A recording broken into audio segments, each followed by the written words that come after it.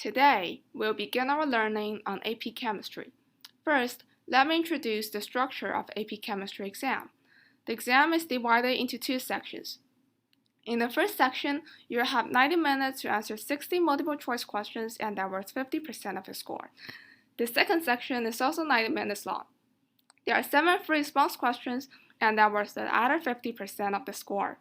You are only allowed to use a calculator in section 2. That's all for the introduction. Next, we'll start the first chapter, atom structure and properties. First, let's start with the definition of mole. We define that 1 mole of substance equals to 6.02 times 10 to the power of 23rd particles of that substance. Its abbreviation is mole, MOL, and it is one of the 7 SI basic units. Always remember to review the 7 SI basic units, especially the ones that we often use in chemistry. They are meter for length, Kelvin for temperature, kilogram for mass, and mole for the amount of substance. Liter is not an SI unit. It's a derived unit. Next, let's come back to our topic today. So how do we get this number? 6.02 times 10 to the power of 23rd is also called the Avogadro's number, and is approximately equals to the number of carbon atoms in 12 grams of carbon-12, which is an isotope of carbon, and we'll cover that later. The Avogadro's number is actually very long, but we usually use the first 3 digits. We also use Na to represent the Avogadro's number. To realize how big this number is, the volume of these much basketballs is approximately the volume of the Earth, so we can know that this is a really huge number. And you can also glimpse how tiny the microscopic particles are. That's all for the concept of mole. Now let's do some calculations. The first question, how many moles are there in these much carbon atoms? To solve this question, we need to use this equation. Avogadro's number times the number of mole equals the number of particles. Capital N stands for the number of particles.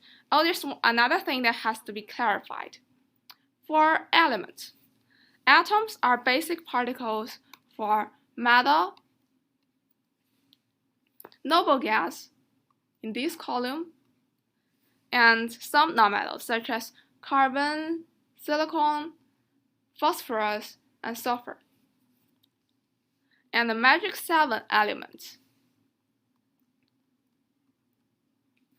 have diatomic molecules and hydrogen have diatomic molecules as their element's basic particles. It is called the magic 7 because it involves 7 elements and their arrangement on the periodic table looks like 7, isn't it? For compounds, we can categorize them into molecular compounds such as water, carbon dioxide, and methane, and ionic compounds such as sodium chloride and copper sulfate. Now to figure out this problem, it will be easier if we use a conversion factor. So the equation would look like atoms times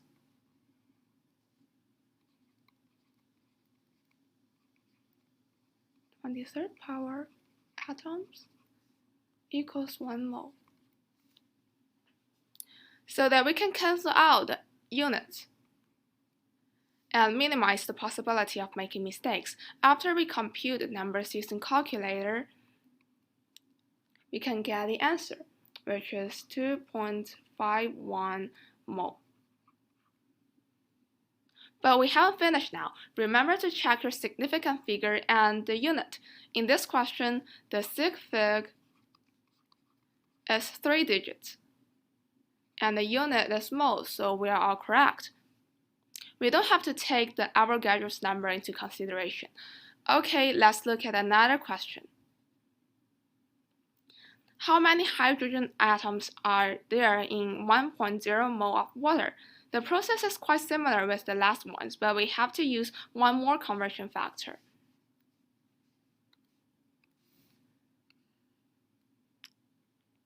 which is to indicate that one water molecule contains two hydrogen atoms. There are two significant figures, and the unit is hydrogen atom. Some people might find it a little bit hard to comprehend. Here's another example. We can find 2 moles of fluoride ion in 1 mole of calcium fluoride,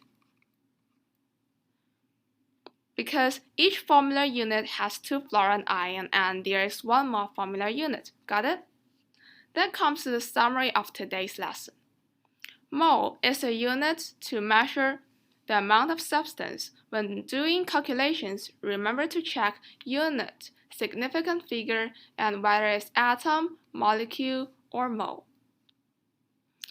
In the last part, let me add some connections between microscopic and macroscopic quantities. First of all, the mass of 1 mole of any pure substance is its molar mass.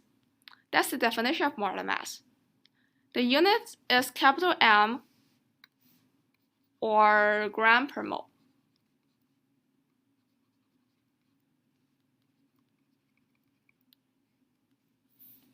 Remember, the molar mass of an element is numerically equal to its atomic mass. So the molar mass of oxygen gas will be 32 grams per mole.